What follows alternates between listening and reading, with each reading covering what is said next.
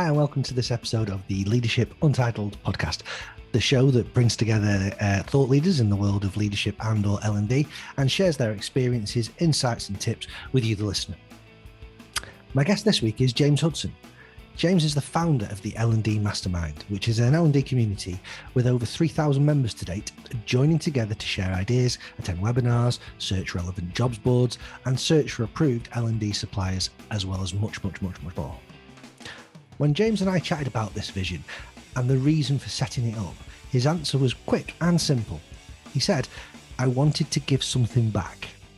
Well, he's certainly doing that, so let's hear more from James as I welcome him to the podcast. Hi, James. Welcome to the Leadership Untitled podcast. How are you today, mate? I'm really good, thanks, Rob. Delighted to be here, mate. Really good to be here. Excellent stuff. We've just been talking about, for the guys listening in there, that all the distractions that can happen. Obviously, we're in such a point now. We're recording at the end of March, so the kids are back at school. So one particular level of distraction has now gone away. Yeah, but you can guarantee there will be something, a delivery or dogs or something will go off. So yeah. Well, there's one episode, I don't think it's released yet, but it will be by the time obviously yours is. It's with a gentleman called Steve Purdom, and his wife brought him a cup of tea halfway through. Lucky man. Exactly. And I know both of them, and she waved in the background, "Hi, Rob." Absolutely brilliant. He just, and it stayed in. It stayed in. End of. Oh no, it's great. It's great to see people's home lives and see humans. That's one of the beauties of Zoom, isn't it? And I think we've had this little insight into people's lives, and people seem less robotic and more human now as a result. So it's all good, mate. It's all good. It's so easy just to forget the person behind it. It's when you're in the office all the time, and don't get me wrong, I think there's a lot of benefits to being in the office, and the things that we're missing about being in the office together collectively. But I think as well, when you every time you speak to someone, if you can see them in their home environment, something clicks a little bit and goes, you think about them as more than just someone who works in that company. Yeah. Oh, absolutely. I mean, I said this at the start of lockdown, that one of my hopes for lockdown is that we come out of this more human and more compassionate. And I definitely think, compassionate companies is the way forward. And those that are showing more compassion and more of their human side are the ones that are going to thrive in the next coming decades, definitely. Absolutely. And the ones that argue over toilet roll and hand sanitizer in the shop, their demise is going to be very close. Yeah, absolutely. Or they had, people in working when we were supposed to be in lockdown, or, taking furlough money from the government when they shouldn't have been. All this stuff is going to come out over the next few months. And and they'll all be claimed back by the government as well. They have ways of making these people talk. Indeed. HMRC. Oh yes. Brilliant stuff.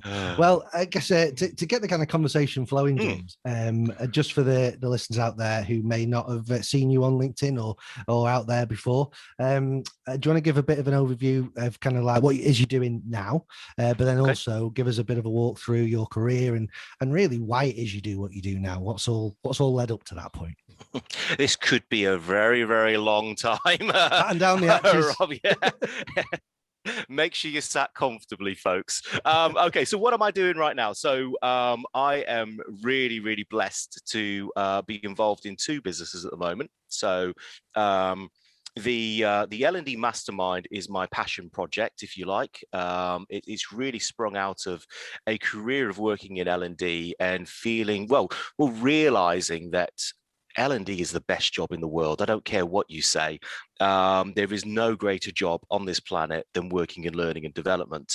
And that's because we get to serve and help people to grow. And that is just the greatest thing to be able to do.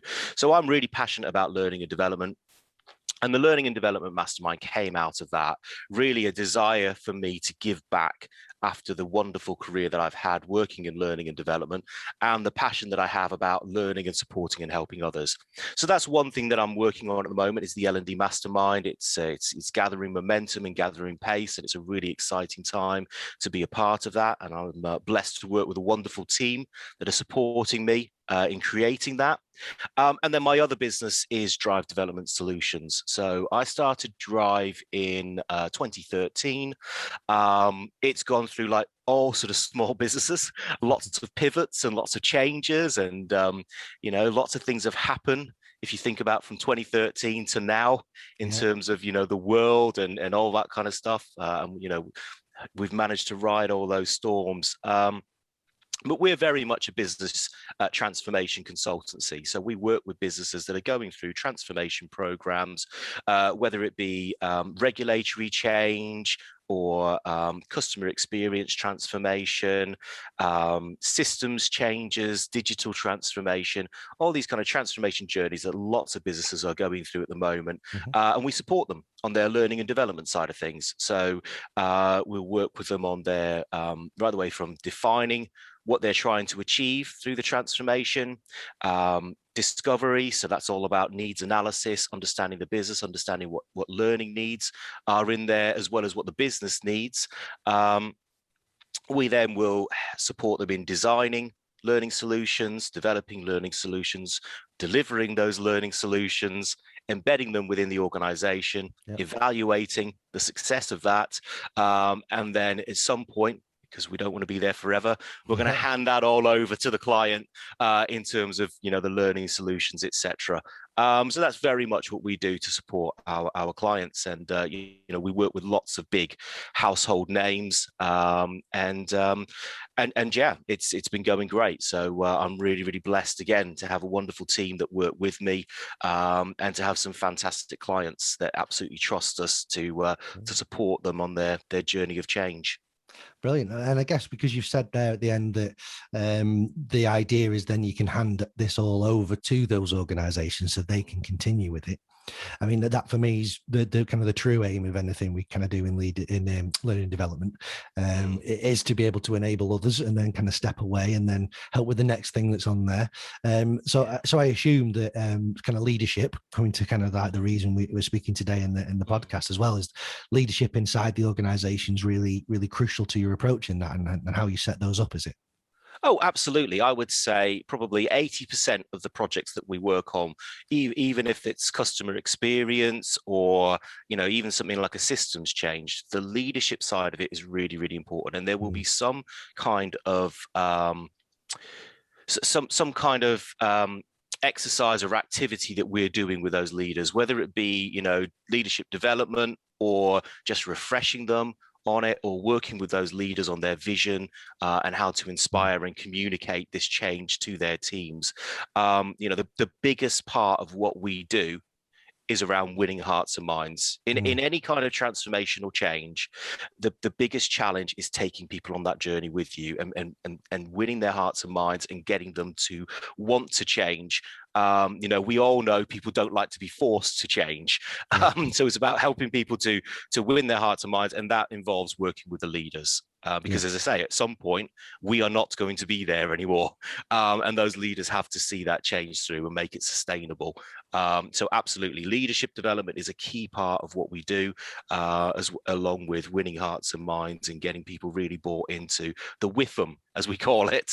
What's in it for me? Why should you change? Yeah, well, I think you're spot on. We've got I've got a change framework myself, and it's a 6-step thing that I actually came up with because what I noticed about change in the organizations that I've worked at, and certainly with some of the leaders I've been working with at coaching level as well, is that it tends to start on the kind of 3rd or 4th rung of my framework, which is kind of going along the lines of, we've already decided what's happening, and now we're bringing you in to share with you what it is and how we're going to be rolling that out.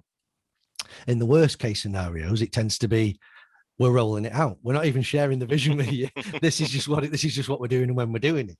And the bit up front, which I think is really where leadership kicks in, is the whole, well, hang on a minute, before you decide on the reason for change yourself, talk to the people and involve your teams and your employees around what it is that's currently happening and what you're thinking of doing, and get their opinions on whether they think that would work. Is there actually a problem there that you're addressing, or have you made a problem up? Is there something else maybe at play here that you need to consider, and let them input into it? And have some really honest conversations around that as well with people. That, what I think that if you don't have conversations and you don't keep people up to date, they create their own truth. And how many times, I mean, I can certainly stick my hand up and go, when restructures have been on the horizon in some of the big organizations that have been at, until an announcement has come, and quite often after that announcement has happened, I'm still having to fill in some of the gaps myself. And everyone just kind of not deliberately downing tools, but their days suddenly come consumed with, well, what do you think is going to happen? Do you think my role safe? Your role? Oh, I've heard a rumor that they're going to do this and they're going to do that. And so much in terms of, well, obviously productivity is lost, but that aside for a second, the commitment and will of your people is obviously going south there. So, you know, leaders have got a massive role, I think, to play in that first part of that change. And no matter how big the change, I mean, obviously you're talking about some bigger changes there, but even small changes, talk to people. Oh, absolutely. Absolutely. It's fundamental to any change being successful. And as I say, we've worked on some very, very large projects, mergers, acquisitions, you know, ones where, like you say, there's restructures, there's potential redundancies, all these kind of things. And the biggest message that I will always say is, if you're open and honest and transparent with people, they will be open and honest and transparent back to you. Yeah. And the more leaders can do that, the more leaders can be upfront with people and just tell them what's happening. The more the people will buy into what's happening, what the change is. You know, I'm not saying that those conversations become easy, because they're never easy conversations, but at least people understand the reasons why. Yeah. And when people understand the reason why, it feels less like something is being forced upon me and more around, actually, I'm making a choice here. Yeah, no, I think it's spot on. It is that conversation again. I was thinking when you said it, actually, it is that difficult conversation. And I'm a big advocate of going, well, hang on a minute, if we learn to have great conversations, how many of those difficult conversations will go? Yeah. And I understand the reason why we don't want them sometimes, and that we perceive them as being difficult. But if we've got that open, honest, transparent, and trusting relationship, then they become a little bit easier. And something that I found, I think, on both sides of the tree here, is that to kind of go, whatever it is that the truth is that you're worried about having to talk to your people about, like I said before, they're filling in their own gaps at the minute, they're filling in their own truths, and whatever you said will be one of the scenarios they've already played out. And they will have played another 6, 7, or 8 scenarios as well. So you're actually going to help them by confirming which one it is, or what it is that they're playing with at the minute. And people might not be happy with a scenario or happy with something that's coming out, but at least they feel informed and they know that they've got the support and trust of their line manager, and they can trust in them also. Yeah. Oh, absolutely. 100%. Yeah. And I think it's worthwhile that, I guess, from a listener's point of view, that I know you predominantly because of the L&D Mastermind. Yep. That's how I got to know you on LinkedIn. We've chatted around, we've done a little bit of work together. And I actually love the fact that when you talked about your vision for that, it is driven from wanting to give something back. Yeah. Do you want to talk to me a little bit more about that again? What is it? Oh, yeah, absolutely. And I guess to do that, and this is where you might want to strap yourselves in, folks, because this is a long story. Let's go back to the start of my career many, many moons ago. So I actually started my career in sales. I worked for UK Cellnet, which the younger listeners probably won't remember who they are, but they are O2 these days. And it was actually when BT Cellnet, as it became, turned into O2, that I got my first opportunity to work in training. Up until that point, I had never even considered training. Absolutely not. And I'll be honest with you, the reason why I applied for the secondment was because my mate Dan worked in the training team. And he said, we'll have a right laugh. It's a couple of months, James. We'll have a right laugh. It'll be all right. So I applied for the secondment. So it's all his fault, yeah? Oh, yeah, absolutely. His fault completely. So I applied for the secondment. I got the role, and I just fell in love with training. I absolutely fell in love with helping people, and sort of having those conversations with people, meeting people, chatting to them about what was going on for them, and just helping those light bulb moments. That's what I live for, the light bulb moments. But like a lot of people in their L&D careers, it was not smooth at all. So that secondment seemed to go by in a flash. And before I knew it, I was back in my sales manager role, desperately trying to get into L&D. And it took a while, but eventually I got another opportunity. But that really was, for a large portion of my career, the way it worked was I would work in L&D, finally managed to get a position, and then, as anyone who's worked in corporate L&D will know, the redundancies came around again, redeployments, right, James, you're off back into an operational role. And at the time, I found it so frustrating, but I can look back now. Anybody going through these scenarios in L&D, anything, completely making it up. Yeah, at the time, I found it really frustrating. I was like, oh, why me? Every single time when I get this role that I really, really want to get my teeth into, something happens, or, we do really, really well and things are looking great. And then the organization goes, no, we're going to cut budgets, and no, that project you're working on is gone, James. Off you go back to your day job.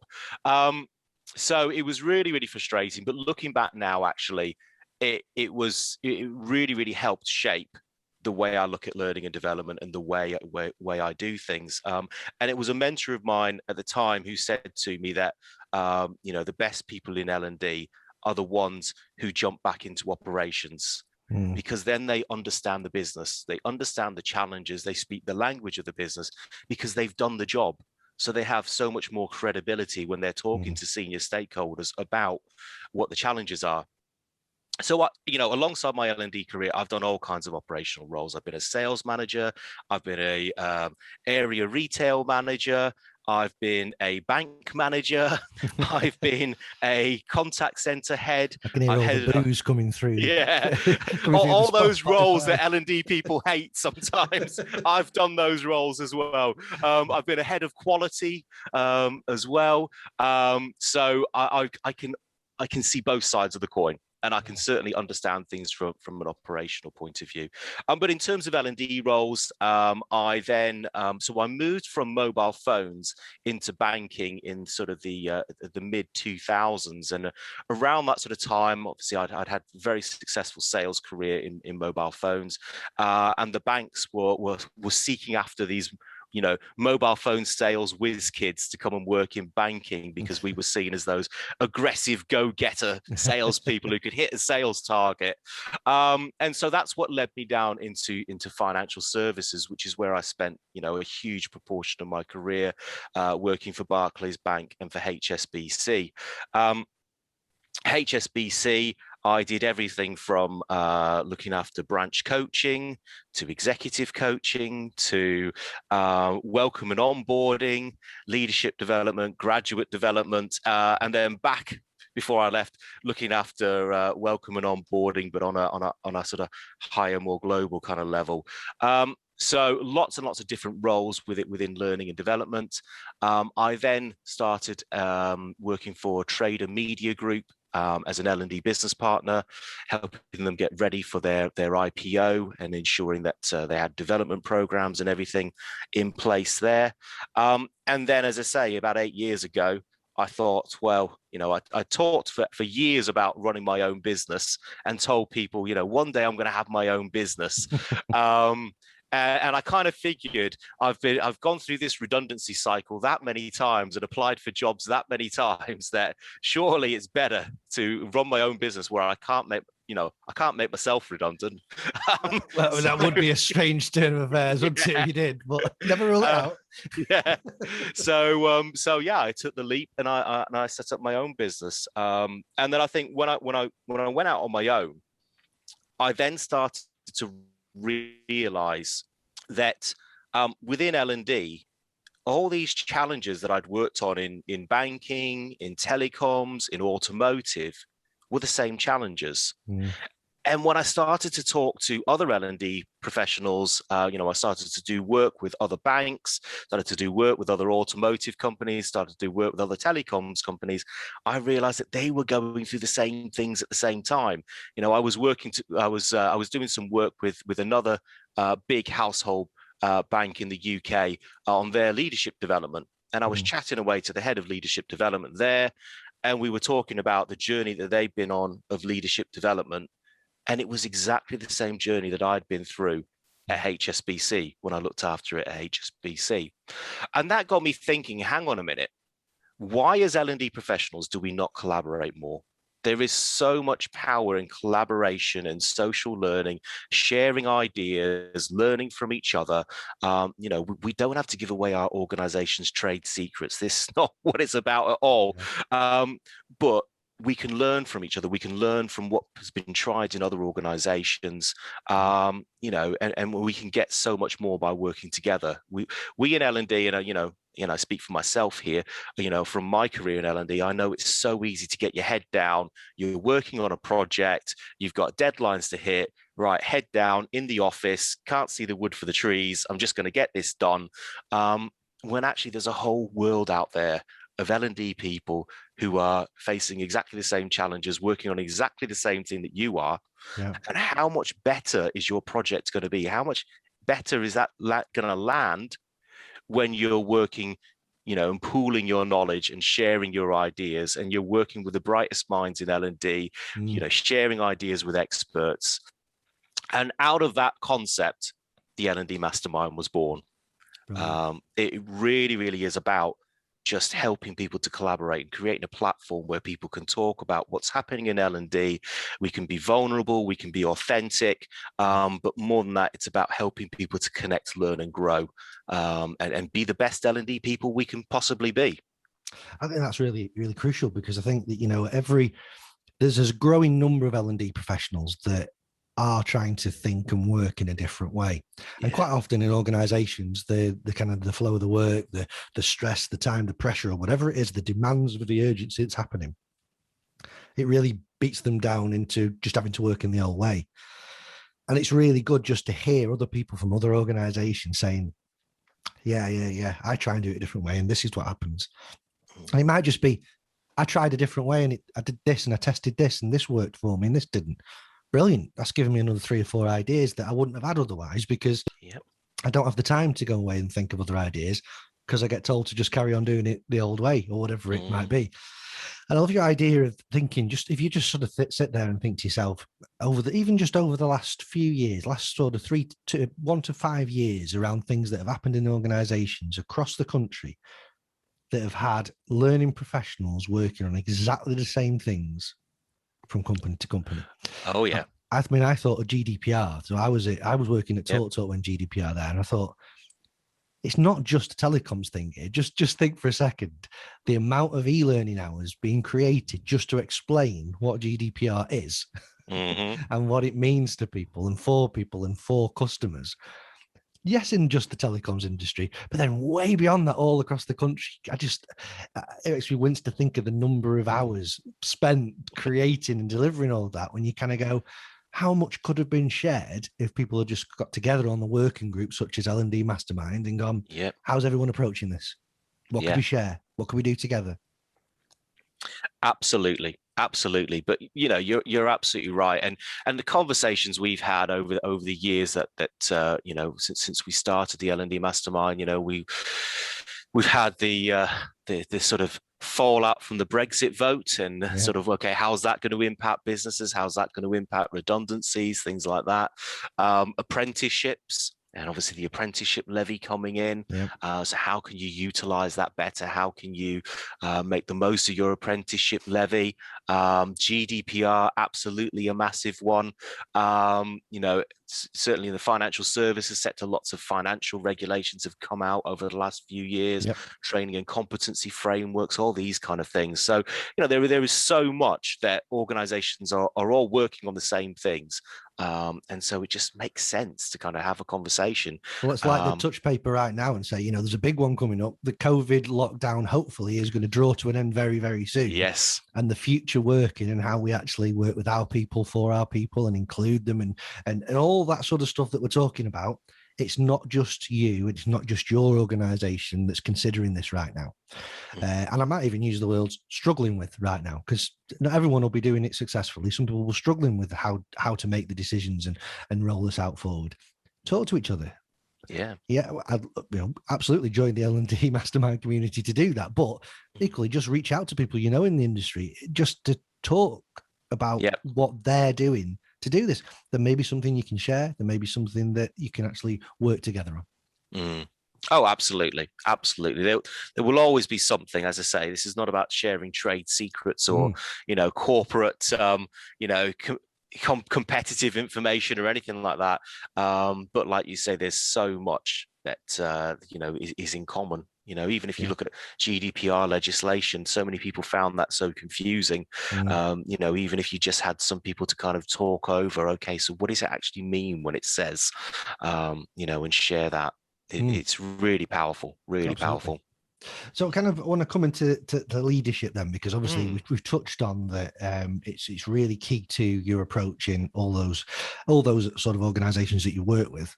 yeah. And one of the things about leadership is this conversation that tends to happen more academically around what's the difference between leadership and management, but also who is a leader, who is a manager. My view on this sort of stuff is that argument has grown old now. Hmm. I think there's still a conversation about what is management and what is leadership, but less so around what is a leader and what is a manager, because I think to be a successful leader or manager you need to be able to bounce into all these areas at some Yeah. point in your journey. Maybe the order of them to start with might be easier to try to prescribe out there, but at the same time, I know you have got you've got your own framework and model around how Hmm. leadership works or should work. Yeah. Do you want to take us through that and your thoughts behind it? Yeah, absolutely, Rob. So yeah, no, I'm a passionate believer that leadership all begins with you and you understanding you and taking the time to work on yourself. So your own personal development, understanding your values, your beliefs. Why do you have those values and beliefs? Are they serving you well, or actually do we need to upgrade our values and beliefs? But the more you can be true and authentic to yourself and be the true you, the more you will inspire others, the more people will trust you, the more people will be open with you. So Mm. the first stage for me of any kind of, if you want to be a great leader, if you want to, as a manager of a team, as you say, manage your team in a way that's going to be highly successful, the first job is to work on you. Mm. And really get to know who you are, what you believe in, um, and it's that self-discipline, isn't it, and sort of being the best you, if Yeah. you like. And that's a constant journey, so don't think it's a one stop, I'm going to do this for 6 months and I'm going to be halo on my head kind of thing. It's a constant journey. We're all constantly learning about ourselves and becoming better, but that's the first stage. And I think that's crucial for the guys that are coming in and joining your community as well, because it's not just about being an L&D leader to share and to have an impact in your organization. I personally believe that everyone can demonstrate leadership. Everyone has the Yeah. responsibility of leadership. Certainly have the responsibility of what you just said, leading themselves. I Yep. mean, who else is going to do that? You've got to do that yourself. But also, I think in terms of role models, we all have a responsibility to lead others and show leadership traits, whether you've got it in the title or not. So I think people who are joining your community are showing that first step right there, that they're showing that they have this sense of responsibility of leading others and showing those traits by taking responsibility for that. Oh, absolutely, absolutely, and I totally agree with you. Leadership management is not a title. Mm. Yeah. So some of the greatest acts of leadership I've seen have been from people who don't even have a leadership title. Yeah. So leadership is way beyond a title. Leadership is about getting people to follow. Yeah. And you are a leader when people follow your example. But the first stage of that is being an example that people want to follow. And so Yeah. that's why you have to work on yourself first. So self first, leading yourself is the first stage for me of leadership. Then it's about leading others. And leading others is about developing them. Yeah. It's about helping them to grow. So for me, leading others is all around your coaching skills, your ability to give feedback, your ability to handle. I'm not going to call them difficult conversations again, although I just did, but you get what I mean. Handle those conversations. They shouldn't need to become difficult conversations, because you should be able to have those conversations, be open, transparent, and have them in the moment as and Yeah. when they're needed. But these are all parts of being able to lead other people. Being empathetic, and understanding your people, being listening to them and taking the time out to listen, understand, question and challenge rather than tell people what to do, really promote people and empower them, a two-way trusted relationship. So developing others is all around that, helping people to be the best that they can possibly be. And then the third and final stage of leadership for me is around leading results. And that's all about the numbers. Yeah. So being able to strategize, have a vision, have a clear goals, clear objectives, and being able to communicate those effectively. And as I say, that is the final stage. And the reason why that's the final stage is if you do those first two stages first, that stage takes care of itself. But what I see that often happens in organizations is we focus so much on numbers, hitting targets, performance, get these people to perform, get them to hit these numbers, that actually people end up feeling like they're just a number, just a robot, just here to churn out processes or whatever it might be. And that's where it goes wrong, because they don't have the trust of the people. They don't have, they don't inspire people. They don't lead people. And when you chase numbers, the numbers don't happen. Whereas if you look after your people will hit those numbers for you. The light bulb moment came for me, fairly early on in my career as a sales manager. So I was I was promoted to become a sales manager because I was hitting all my sales targets. And sadly still true in so many organizations, but as is in most, if you're good at your job, we'll make you a manager. No word of whether you've got the people skills to be able to actually manage people or lead people. We'll just make him a manager because he hits his sales targets.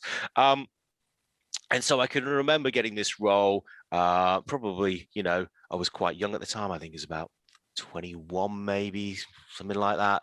So probably a bit of a jumped up, little so-and-so thinking that I knew everything, getting into this management position. And I remember very quickly realizing that my team were not hitting the numbers. And so my reaction to that was to jump on the phones and try and help them. So I would pretty much spend my entire day ringing up old customers that I knew and getting deals. And then saying to members of my team who were behind, oh yeah, listen, I've got these 2 deals in the bag, here you go, have those. And so-and-so, you have those deals, and making sure that, my team were getting higher and higher. But then I realized that actually, the more I did that, the further and further away we started to get away from these targets, because I wasn't spending any time with my team and they were becoming reliant on me to hit the numbers for them. It doesn't matter if I don't get this sale, James will get this one. He'll hand us one of his deals. And so I wasn't managing at all. I was just a glorified salesperson, but not earning any of the commission for it.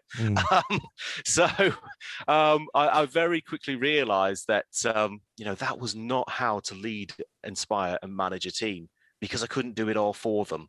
I had to teach them to do it. And so that completely shifted my whole mindset around management to actually, my job here is to help make these guys the best salespeople they can be, not to do it for them. And that stuck with me throughout my career. And, I often tell that story when I'm training people, it is short-term pain, but it's long-term gain. The more you can coach and develop your people, the more you can help them to do it for themselves, the more they will go away and do it. And, the easier your job then becomes as a leader and a manager, because they take care of the numbers. So many times I compare leadership and management with parenting. And it's exactly the same when you think about it. For any parents out there that are listening in, or even if you're not a parent and you've had a parent that's been telling you to do things like make your bed, it gets to a point where you just go, I'll do it. Yeah. Or can you tidy up? Can you wash the dishes? Can you clean that mess on the floor? Can you know what? It's just quicker if I do it myself.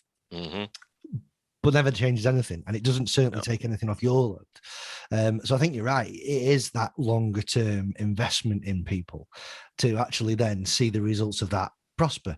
And I think, when you talk about that kind of journey for you then to get from that one point to the other, how long roughly would that journey have taken you from being appointed as a leader of people that was basically one of them and did that job really, really well, and that's why you were promoted to it, to a point of that epiphany where you went, I have to do this differently? Do you know what? It was probably about 12 months. And it was 12 months of a lot of pain. There were other lessons that I learned along that way as well, that, I could no longer be one of the lads because I was, quite proud in being one of the lads and going out with the lads on a Friday night and all this kind of stuff. And then suddenly realizing actually this isn't healthy, in the relationship that I've got with my team and all kinds of lessons that I learned during those first 12 months. But it really was baptism by fire. But I absolutely agree with you. The more you do things for people, it seems counterintuitive. You like you say, if someone's not doing something right, just do it for them. So much quicker. Yeah. If someone doesn't understand something, just tell them it. Yeah. Just give them the answer. It's so much quicker. But actually, by doing that, they form a reliance on you. And so every time there is a problem, there is a challenge, it's right. Okay. How do I do this? How do I do that? Rather than actually empowering them, teaching them and coaching them and helping them to find answers for themselves. I know we've talked about this before, Rob, but I'm a huge believer in autonomy, mastery, and purpose. Dan Pink's work, and it is absolutely that. The more we empower people, the more we make them self-directed, the more we help them to master their trade and become great at what they do, and the more we empower them through purpose. So, light a fire under them, not a fire as in I'm going to crack the whip and get you kind of fire, but a fire of actually, this is important. This is, you're doing something great here that is beyond you. There is a purpose to what we're doing. The more people will as I say, they will grow, they will learn, they will become self-directed, and they will, then the results look after themselves. They absolutely do. Well, there's this cycle to it as well, because I mean, one of the key things I always say is that people don't intentionally get up and want to do these things in a non-effective way. Oh, absolutely. No leader gets up in the morning and goes, right, I'm going to be deliberately ineffective today and make sure that my team don't actually succeed or get better at what they're doing. And equally so, I don't think organizations make this mistake that we call it of promoting people into those leadership positions because they're good at their job, because they're deliberately making a mistake. Yeah. I think if you actually think about it, one of the other kind of key things for me around leadership is role modeling. And in an organization where maybe the sort of thought hasn't gone into leadership like we've been discussing there, you're the perfect choice. If you are the one that is so good at that job right now, you could be the captain of that. And, my mind goes back to someone like David Beckham being the captain of the England team. I think he was, when he was chosen, he was the only one that could be, because there were no captain figures. And I might be doing the guy a disservice, but it doesn't come across as a kind of leader, general in that sort of way. But in terms of leading as a role model by his passion and how he cared for stuff and his ability to do the job that others were trying to do, it was a no-brainer. It had to be. But I think, the other side of that coin is when you talk about someone like, I'm going back here though, like Glenn Hoddle when he was managing in the 90s, that it actually had the opposite effect on some of the players that he worked with, because he could just do it, and he could just do it straight away because he was such a great player, what he was trying to get them to do. And he'd grow frustrated that they couldn't do what he did in the same way, or as fast or as well as he could do. And then they'd actually start feeling a little bit demotivated because they felt like they were being put down and told they weren't good enough, instead of being developed to be better than that. Yeah. So I generally don't think that organizations make these choices on purpose as such. I think they're doing the very best. It's that bit that's missing there for me, of going, putting it in a very simple way. You've got yourself, your others, and the results, and the way that your 3 steps work. What's getting in the way of that? What's the blind spot for organizations that makes them carry on, doing the things we've said that happen, and not actually promoting the way of working that you're talking about. Okay, so first of all, as a Liverpool fan, it really, really hurts me to say this, but yes, David Beckham. And there are actually, and believe it or not, I tell so many David Beckham stories when I do training. We haven't got time for all of them today, but actually, he did. There's some fantastic learnings from David Beckham. But it does pain me as a Liverpool fan. The other thing I was going to say is, yes, I'm a passionate believer that nobody comes to work to do a bad job. 100%, not a single person around this world wakes up in the morning and says, I want to be rubbish at my job. Not a single person. Now, there are many people who are rubbish at their jobs. I've been rubbish at my job as well. It happens. I'll put my hand up. I've done rubbish things. But we don't intend to do them. The intention is not there. We all want to do a good job. And the job of leadership, the job of management is to help people to do a good job. There is always a blocker, always a barrier. There is always something that's causing someone to do a bad job, whether it be they don't understand the role correctly. They have clear expectations. They don't know what they don't know. They don't have the right skills to do it, or even if it's a bad attitude that's blocking them from doing a great job, they still want to do a great job. They just don't realize that it's their attitude that's stopping them. And so our job as leaders and managers is to help them to realize that. So going back to your question in a very roundabout way, I think there's a number of challenges within organizations that cause this to happen. And it happens right from the very, very top of the organization. So if you think about a CEO, and one of my good friends is the CEO of a huge telecoms company. We are going to remain nameless for the purpose of telling his story. So he often tells a story about how, at the time his organization was doing brilliantly. Share price was up, profits were up, everything was looking absolutely rosy. And he was on one of his many long flights to, one of these global telecoms organization. And he was sat in the first class lounge of the airport. Very nice. And, yes, very nice indeed. Oh, to be there now. Yeah. Oh, yes, definitely. But I can't remember what an airport even looks like. It's been that long. But anyway, he was sat in this airport lounge, and he overhears a conversation about the football. He's a Tottenham supporter, someone has to. And they were talking about the result. And so he wanders over, he starts to have a conversation with them. And he says he gets to the point where he feels, you have to introduce yourself and all that kind of stuff. And he's there, and these guys are all introducing them. They're all captains of industry and CEOs of big global brands, just like himself. Yeah. And he introduces himself and the company that he works for. And he says, in that moment, the crowd completely changed. They went from being really friendly towards him to anger and resentment bubbling up inside of them as they told him all about all the problems they had with his network and billing and all this kind of stuff. Yep. And he kind of went, I realized in that moment how easily I'd become disconnected from what was actually happening in my organization.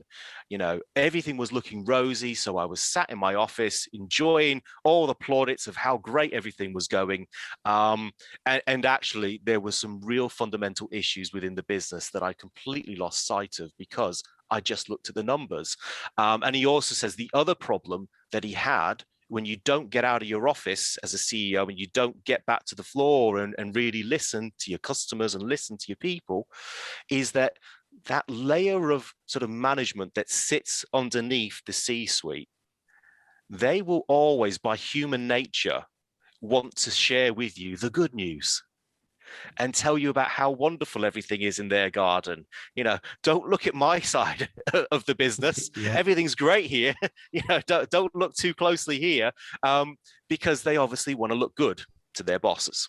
Yeah. So he always says, they will always come to me and tell me everything's rosy, and it's up to me as a CEO to really examine that and really ask the questions and not just take it at face value.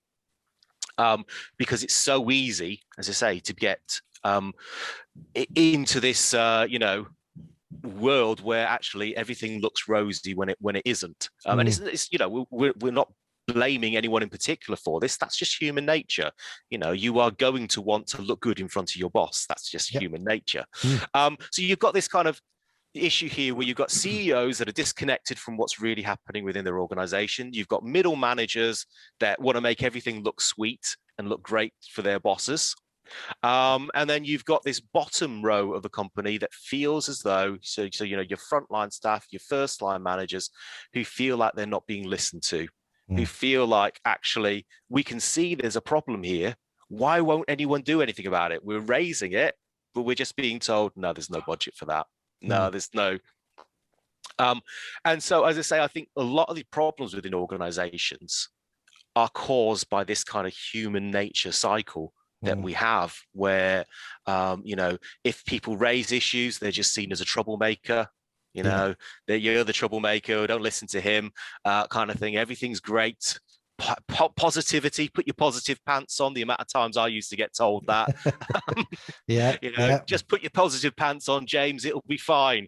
And does that filter the amount of times that I know that I was told in various organizations that we need this update to go to the head of or the CEO, whatever it might be, and you do it, no, it needs to be shorter, it needs to be more concise, it needs to be more positive, it needs to be what we're doing. Well, but that's not the truth. It might well be the truth, but it's only the first layer of it. Surely the CEO wants no. That's why the CEO pays us as heads of and then middle managers to look after all that bit for them. They don't need to know that bit.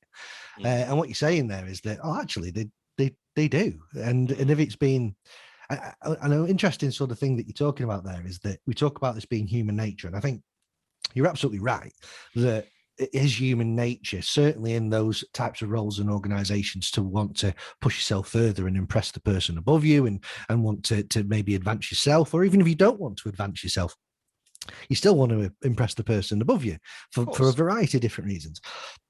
But I think that where my question would be is that whilst that is a human nature, there's different things that can contribute to the way in which you want to kind of shine to the person above you and influence that.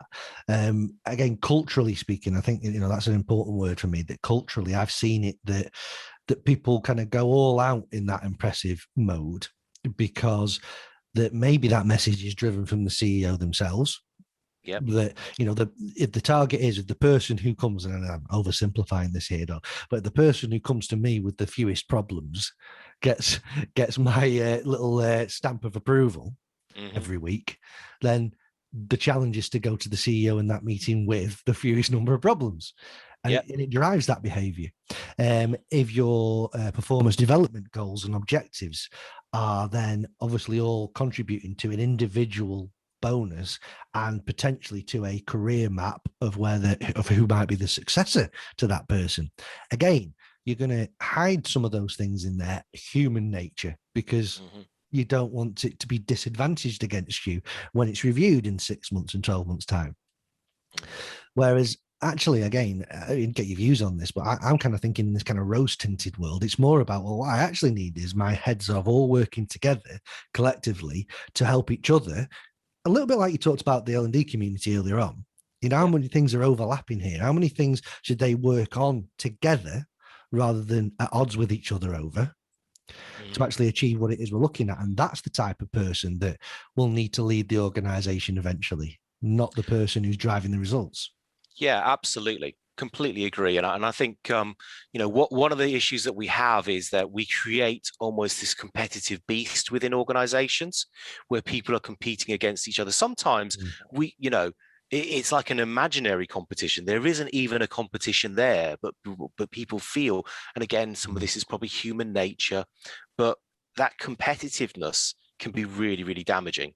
Yeah. I've sat in sales meetings where sales managers actually, stole and ruined other people's sales figures and things like that, and stole deals off of each other, or stopped, turned customers away from the business because they didn't want that other team to finish higher than them in the sales charts. Yeah. so you're actually damaging the reputation of your organization, damaging the customer experience, all because you want to be top dog in sales. And this competitiveness that we foster actually drives a lot of the wrong behaviors.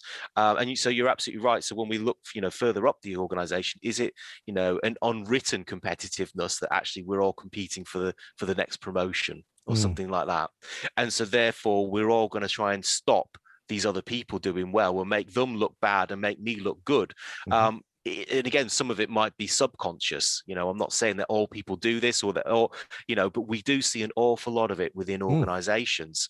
I mean, by its nature, it's fight or flight is human instinct again. And, sometimes you mentioned there that it's about your aspirations and you don't want to be seen as failing because of your requirements or thoughts that you want to go on and be promoted and do these greater things. You actually started off this conversation earlier on, and it's part of my vision as well, saying that you went through multiple redundancy and restructure cycles and all that. So I've worked in organizations where it will be, I can't show the mistakes. I need to paint the rosy picture because I don't want to be the one. It's not that I want your job. It's that I don't want a job. I want my job. And I don't want to be the first on the list that when the restructure time comes around, I've made the choice easy because I'm the one that's speaking out differently, or I'm the one that's telling the honest truth, or whatever it might be, and seen as a troublemaker. Is that something you see out there as well, James? Of course. It's that culture of fear, isn't it? It's and when we create cultures of fear or cultures of competition, we're driving that behavior of, I'm going to cover my, and basically do whatever I can to look good, and if that means making someone else look bad, then that's what I have to do.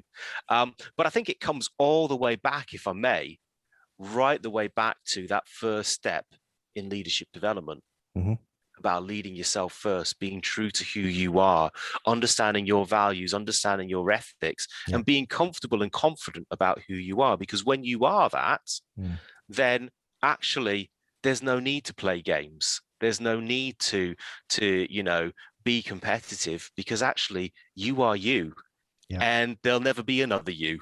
And actually, do you know what? If you're not right for this organization, because actually they don't share the same values that you do, do you know what?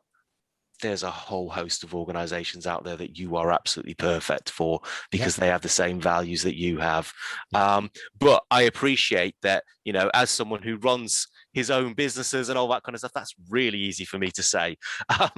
Back when I was in the midst of it, probably much harder to do. But it is certainly a realization that I've had over the last sort of, as I say, 2 decades of working in leadership and management and learning and development, is that actually the more we can be true to who we are, the more actually we shine.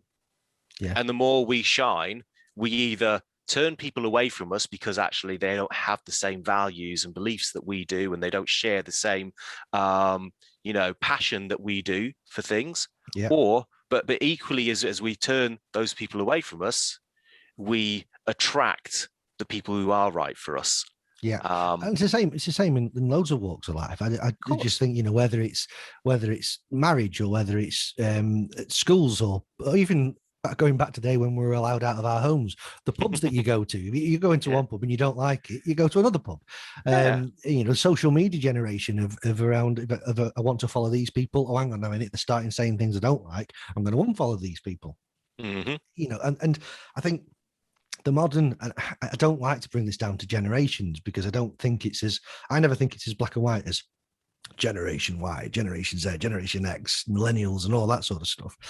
But I think that you can't look away from the fact that in certainly over the last sort of 5 to 10 years, but equally for about the last 20 years or so, people coming into organizations are wanting that to tie into something bigger than just what the organization is after. And it's equally, as both of us are testament to here, it's so easy now to go, if I can't find that anywhere, if I see the same patterns emerging everywhere, I can go and do it myself, because depending on what it is that I do, within the next week, I can have a web page, I can have a vision, I can be selling to someone on the other side of the world. I mean, go back to sort of 1990 and say to someone, set yourself up in a business and be selling across the globe by tomorrow. It just wouldn't have worked. No. It certainly would be a hell of a lot more difficult. But you could be doing that today. To buy tomorrow, if you make the decision. So it really is, when we talk about this, for years we've used this term, this war for talent, and it's always been around the war for great people between organizations. I actually think that's now expanded to the war for talent is you could just lose the talent to themselves. They will just go and do this stuff on their own if they can't find people and organizations that want to work in this way. Yeah. Which, as I say, comes back to that whole purpose-driven versus profits-driven. Yeah. And when you're profits-driven and all you care about is the numbers and hitting those numbers, i.e., as I say, that last stage of leadership, it's, then you'll never hit them because, people can see for what it is, and see, not just the people within the organization, as we were talking about earlier, outsiders can see it. We can see through this pandemic the organizations that have been profit driven, that are focused on, me, I'm going to do, to protect my company and protect me. And then those that are truly purpose driven organizations that have really, really, given away things to help with the cause, that have, made, really been compassionate towards their workforce and trying to help them to adjust to lockdown and all these kind of things. So, as I say, it comes back to purpose-driven. It comes back to, again, understanding yourself, knowing your purpose, knowing your values, knowing your beliefs. And if you do that, it will radiate all around you and throughout your organization. Yeah, and keep yourself in check with that. And this is where I think the role of coaching that we talked about when we've had a chat before the podcast, the role of coaching is really important in this, because I like to talk about having that purpose, but also then filtering what you do and everything you do back through it. And in that chat that we had before, one of the things we kind of touched on, which was as a lovely little anecdote that I think we both recognise, was when sales organizations have gone, no, I've got this deal in the offing, but I'm going to sandbag that. I'm going to save it for the tomorrow or the day after or next week because I've already hit my target for this week. So that would be a waste. So I'm going to save that, put the customer off until next week, so that goes into next month's stats. Now, the vision of the company and the purpose of the company was never to make sure we have 12 equal installments of sales. The customer was the forefront of what it is you were trying to achieve and changing their lives.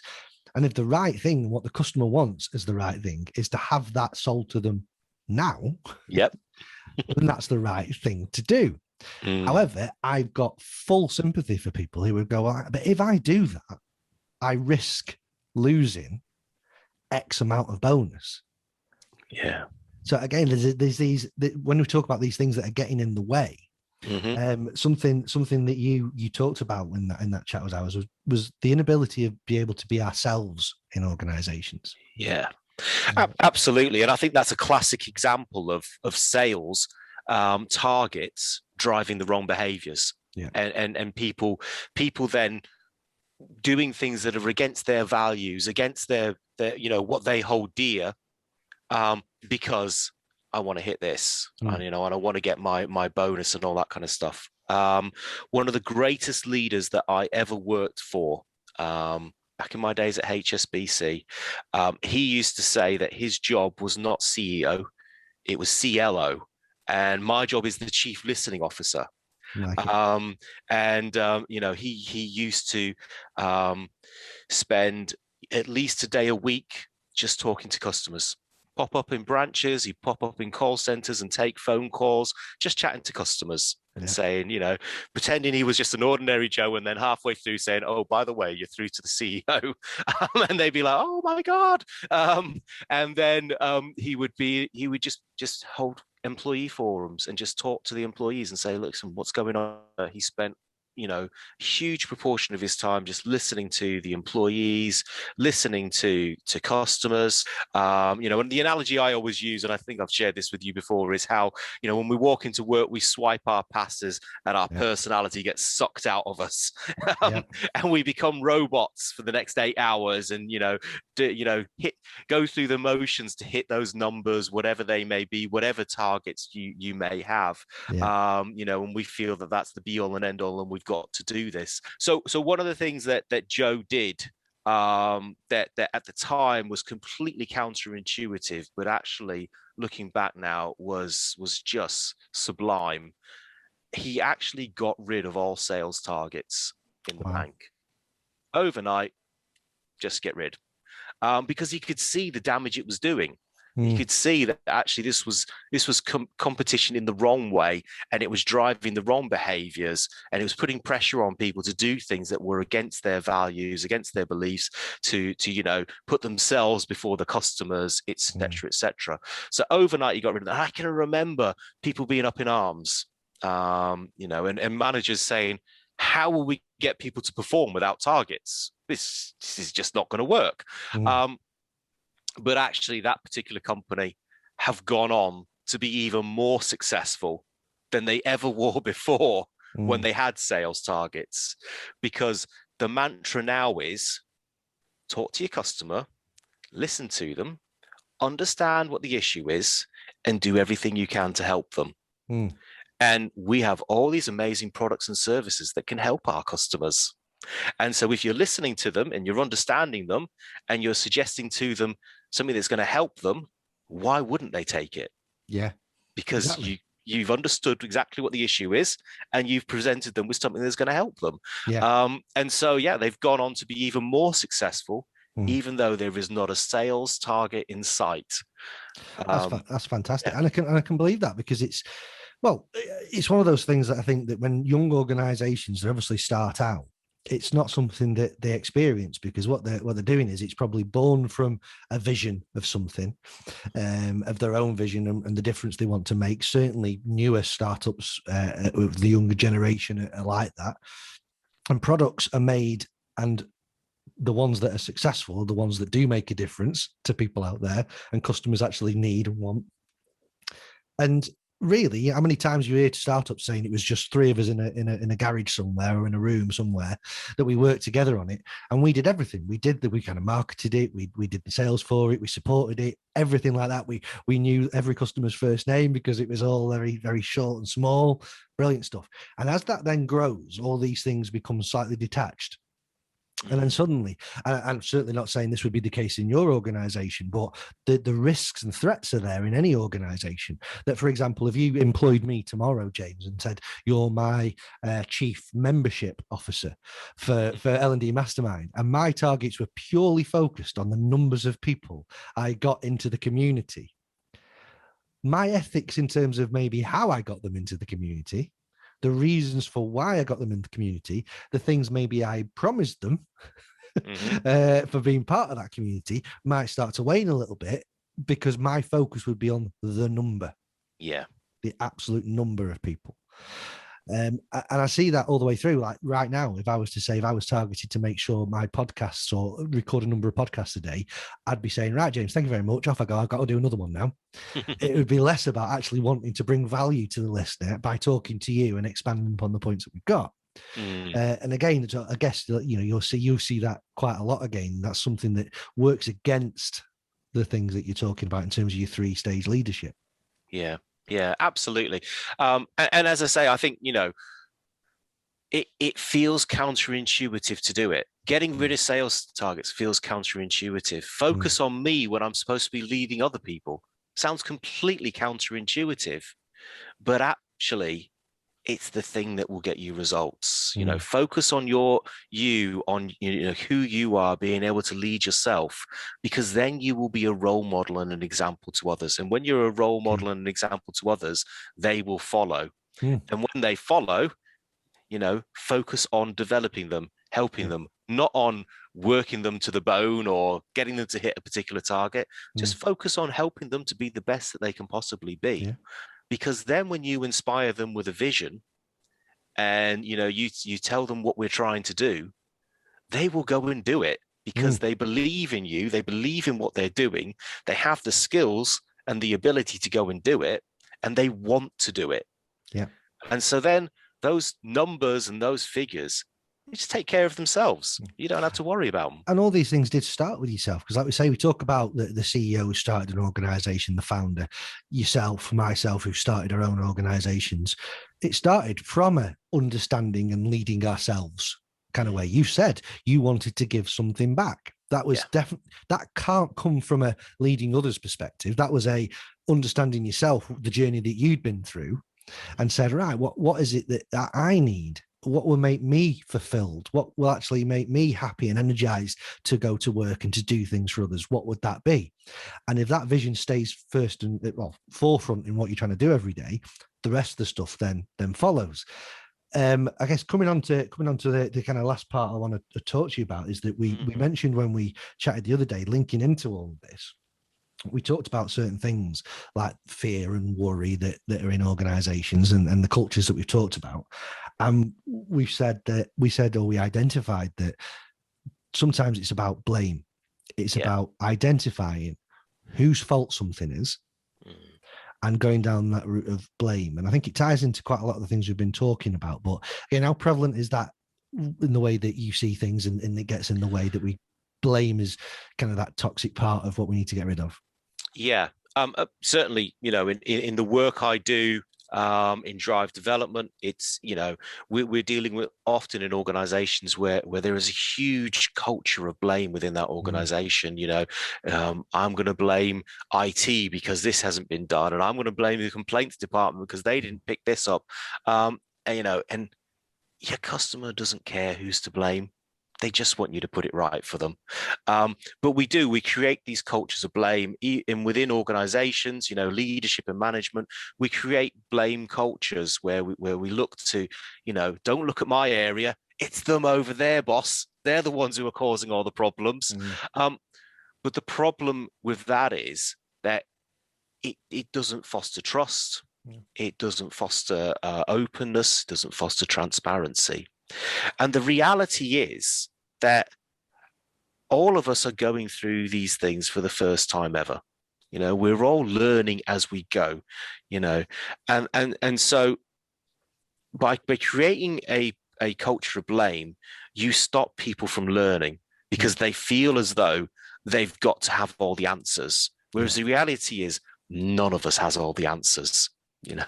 So what we need to do is create a culture of learning where we actually say, do you know what? We're all learning. There are no mistakes here, just opportunities for learning. Things didn't go the way we planned. Right. Let's learn from it. What are we going to do differently? How are we going to fix this?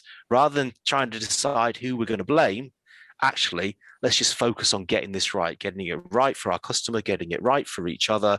And as a result of that, our company's going to thrive. Yeah. So it's that longer term thinking again that you talked about earlier on, that it might seem counterintuitive because, hang on, we've just finished that project now. What we need to do is we need to get on with the next one because that's what we're targeted against. That's what we really need to do. That's what the boss is going to want to see me doing. Whereas we just sit down for a second and the bit that in organizations talk about a lot that rarely do is celebrate the success of what you've just done, but at the same time, review it. Yeah. Because it's a case of, I think in the moment, what you need to do is, right, let's just draw the line. Mistakes are made. What can we do? How can we work together to get to the end of this? But then when you get to the end of it, okay, what happened there?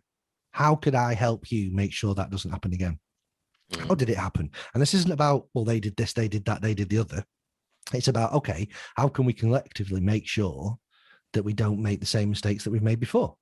Yeah. And that's no criticism. It's just a trap that we fell into. And now we just need to navigate around it next time.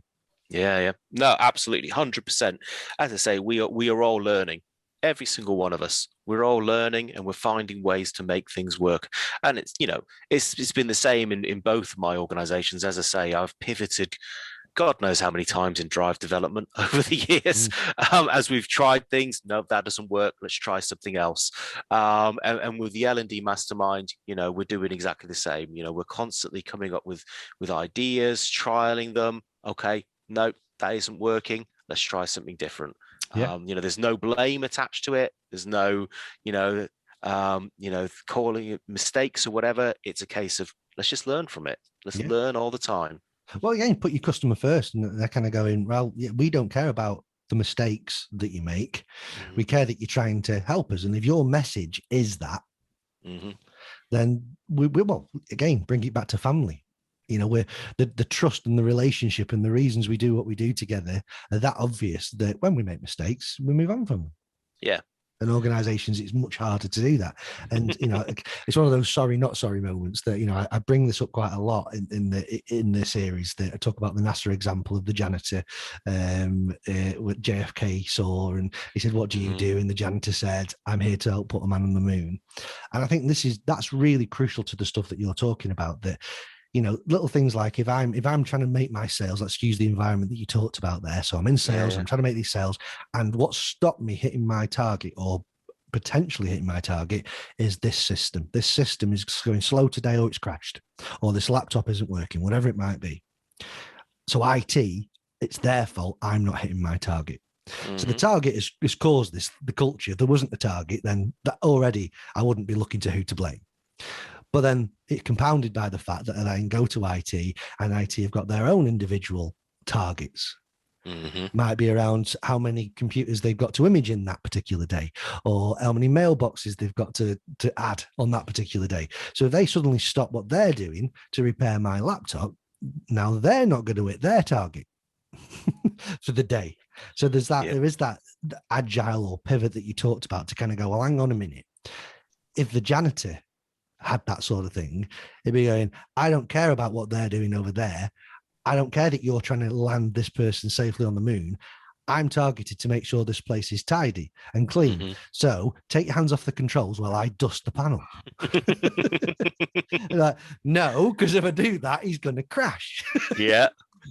but it is that. I mean, and of course it is. I see that as one of the biggest challenges, is just saying, and again, unfortunately, in terms of the people at the top, I've got to take some responsibility and accountability for this, mm-hmm. is pushing that down, because I do think you get the team that you deserve.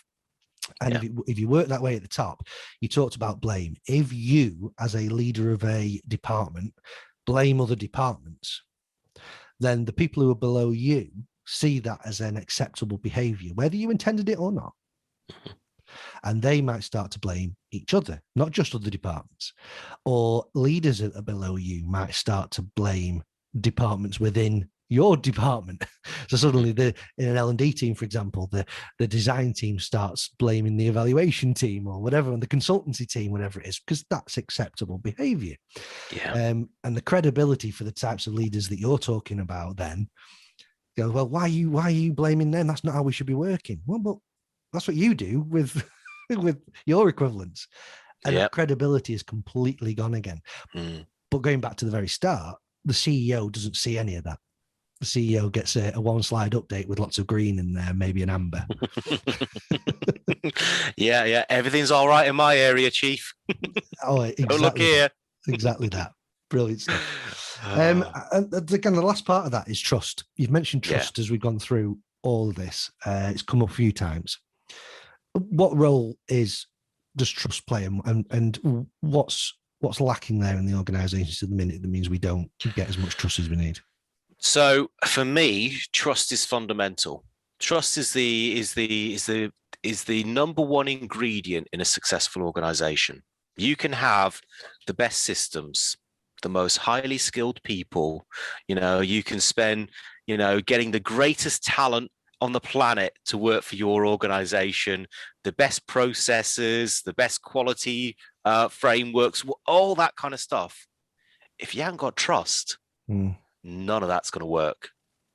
So for me, trust is the number one key ingredient, and trust is as we all know, trust is hard to build, but so easy to destroy. It can be destroyed overnight. Yeah. Again, if I take it back to my leadership, it starts with you and being a trustworthy person, leading by example, role modeling those behaviors, acting in the way that you're telling other people to behave. And when you do that, you build trust. Yeah. And when you continue to do it, people continue to trust you. And so, yeah, absolutely. Trust is absolutely fundamental to the success of any organization. And, we just mentioned blame, didn't we? Well, if you want to know what will destroy trust overnight, blame. Yeah. The minute you start blaming other people, you lose their trust. Mm. So get rid of blame, get rid of fear, and let's have an organization where people trust each other. Trust that everyone in this organization is doing the best they can for our customers, for each other, and we're all learning. Yeah. I think it was the trust equation. Was it Meister? I think it was, who did the trust equation, and it was that piece underneath it. He said all this is undone if it's self motivated. So you can do all the right things to be building trust. And one of my favorite examples is when you delegate work in your team. So you might be delegating work under the image of this being for your development. But if the actual reason you're delegating that work is because you don't want to do it, or you haven't got the time to do it, so there you go, and I'll put it under this guise of that, that will come unstitched, and people will see that, and then again trust starts to wane or stop being built. Whereas I think trust is then, if you sort of take that out of the equation for a second and say in delegation, you're always going to be very, very clear what the reason is behind that. And sometimes, again, it's that management versus leadership argument. Sometimes it might be that you haven't got time to do that. And it's about being frank and honest about that. James, you'd really help me. I've got this much on at the moment. Is it possible that you could pick this up for me? This isn't about anything that we've been talking about. This isn't kind of the development stuff. It's just it needs doing. Yeah. Let's be really clear on that. Done. Not, oh, James, I've got this wonderful opportunity for you. You know how we talked in your last one-to-one? You'd love to get involved in a few more things that I'm doing. Here you go. Yeah. It's 200 pages to read through by tonight. Be really clear on what it is. And, delegation's one example of all of that stuff. Really rich and varied conversation there, James. We've come to the part where I want to explore what we might call the episode. So when people start seeing what we've talked about today, we get a little headline that gives us a little snippet of what we've said. If you've got any ideas based on what we've been talking about, that you'd any words or phrases jump into your mind there?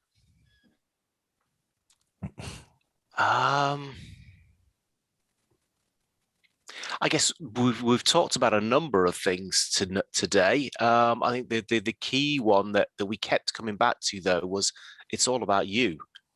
And your values, your beliefs, your integrity, being authentic, and being true to who you are. Yeah, definitely. I mean, there's definitely something in there. It's all about you. I'd got the kind of the pressure element is when is what I'd written down there, which is the opposite side of it's all about you. Was you think you have to do it yourself. So it's more like, don't think you have to do it yourself. It's not. It's all about you in one way, but it's not all about you. Yeah. No, it's definitely not all about you in that way. It's all about you in terms of taking accountability for your journey and for you and leading yourself, and role modeling. But no, in terms of pressure and things like that, no, it's not about you taking on all the pressure, because when you lead and inspire other people, they will want to help you, and they will want to take away those pressures from you, because you're open, honest, and transparent with them, and you're talking to them about what's happening and what you're trying to achieve and what the barriers are, what's getting in your way, and the more open and transparent you are with people, the more people say, well, I can do that for you. It happens all the time with my team, the team, the leadership, the L&D Mastermind team at Drive Development. I'll be talking about what's happening, and we'll be saying, right, okay, well, I'm free, I can pick that up for you, not a problem. Similarly, my guys will be saying, I've got this going on, right, okay, yeah, let me take that off of you.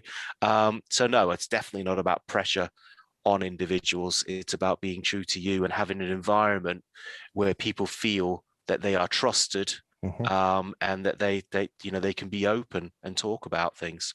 Perfect. Yeah, it's all about you. There's a song called that, isn't there? Don't ask me to sing it though. Right, let's go for it. That's going to be on the teaser. Come on, let's do the trailer now. Great song. Anyway, moving on to my musical taste. Eclectic it is. Brilliant stuff. I know you've got some really exciting stuff coming up with the L&D Mastermind. In the next few months. Do you want to give us like a flavour of what's coming up there and how people can kind of follow what you're doing, both in Drive and that? What's the best way to get in touch and keep in touch with what you're doing? So the L&D Mastermind, we are launching a brand new app imminently. So the app will just, allow us to fulfill our purpose, which is about bringing L&D people together to connect, learn, and grow. So you'll be able to connect with L&D professionals on the app. We will have a jobs board so that people can find the latest vacancies within learning and development. We'll also have a supplier directory so people can find quality, trusted suppliers to support them. We'll also have forums and discussions groups where people can learn and grow from sharing ideas and best practices with each other. So the L&D Mastermind app, it will be available in the Apple App Store and the Google Play Store shortly. And then keeping in touch. So by all means, LinkedIn is probably the place where I'm around the most. So by all means, feel free to connect up with me on LinkedIn. That's not a problem at all. And yeah, to find out more about the L&D Mastermind, our website address is www.ldmastermind.com. And that's pretty much it. Awesome. Everyone get on top of that now. Then you won't need to follow James on LinkedIn because you'll just be seeing everything he does inside the app. Indeed, absolutely. Always active in there. Brilliant stuff. It's been great chatting to you today. Thanks for all that, James. I think there's lots of great stuff in there for our listeners around just really the central part of leadership. And I think that it's often the thing that is missed, that when contractors, suppliers such as yourself are taken into organizations, sometimes that they want people to come in and do things to their staff and to their people. At the expense of the leaders who have brought you in the first place. So it's crucial that people out there listening to what we're talking about today to say, this starts at every layer of leadership has to go through the same journey, because role modeling is such a big part of it, and trust and blame throughout the whole bit. Yes, you can get it working within a team. I've had some great leaders. I've been part of some great teams, but their impact ultimately has been restricted because of the wider culture and the wider organization as it goes up. And ultimately those teams have broken up. And individually, those people have all gone on to great things. So thank you for that. That's awesome. Have a fantastic day, mate. I hope you've enjoyed it. Has it been good for you? Yeah. No, it's been great. Thank you so much, Rob. It's been really, really good to chat. And have a wonderful rest of your day. We will speak soon, mate. Thank you. All right. Cheers, mate. Bye-bye. So that brings us to the end of this episode of the Leadership Untitled podcast. This episode will be called It's All About You.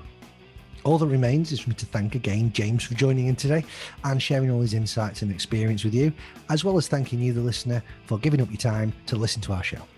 Please subscribe to the podcast so you don't miss future episodes. And if you'd like to get in touch with me, then please do, rob@robmoores.com, or visit the website of the same name. Speak to you soon. Bye now.